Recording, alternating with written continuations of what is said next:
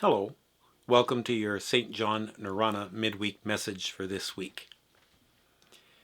I have a comment today on a long-standing tradition in our church.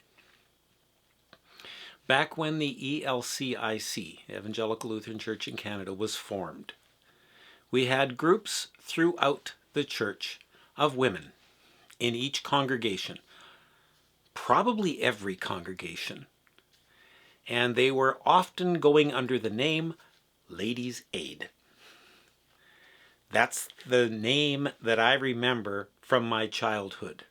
My mother was a member of the Ladies' Aid in Bethlehem Lutheran Church at Mydale. Later on, there was a move to change the name to Evangelical Lutheran Women, ELW, to be consistent with the name of the church, the Evangelical Lutheran Church in Canada. But the work was the same. Women got together and studied the Bible. They talked together. They learned together. They grew together. And more than anything else, they worked together. They raised money for the church. They raised money for Canadian Lutheran World Relief and other important causes. The women of our churches in each congregation did this work joyfully, enthusiastically, very effectively. It was a powerful ministry. A few years ago, the National Church Convention had a surprise move in which the national ELW was dissolved.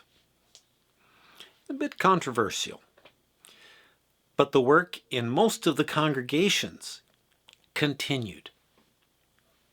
The women continued gathering, studying, learning, enjoying each other, and raising money for important causes, supporting their congregations, supporting ministries of the church. It kept going. It shifted a little.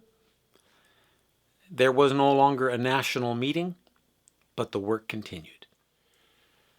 And now, in our congregation at St. John Lutheran in Strasbourg, our ELW has folded. They have done their last event.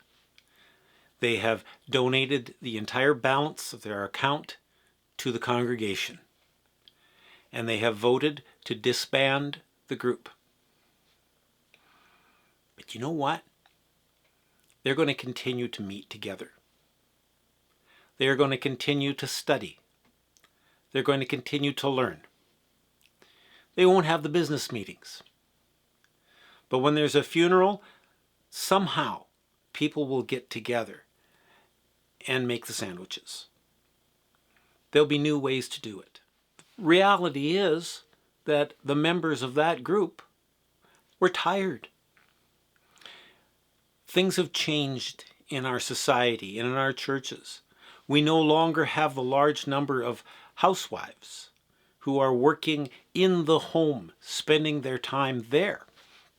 Most of our young women have jobs outside the home. They don't have the flexibility that someone has when they're working in the home primarily. We have to figure out new ways to do things. But we'll still continue to love one another. We'll still continue to get together in the ways we can. And we will still continue to have special events. It's going to look different. That's the way it happens. But if we take the message of the gospel seriously, that's what everything does over time. It changes. It shifts. And God has shown us in Christ that often the way things really change is not gradual, but through death and resurrection. It will be interesting to see what the resurrection brings. And it'll be interesting to see who is there to experience that resurrection.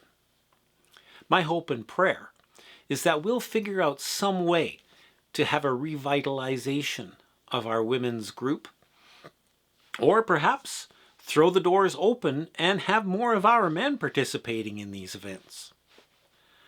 At any rate, it's going to change.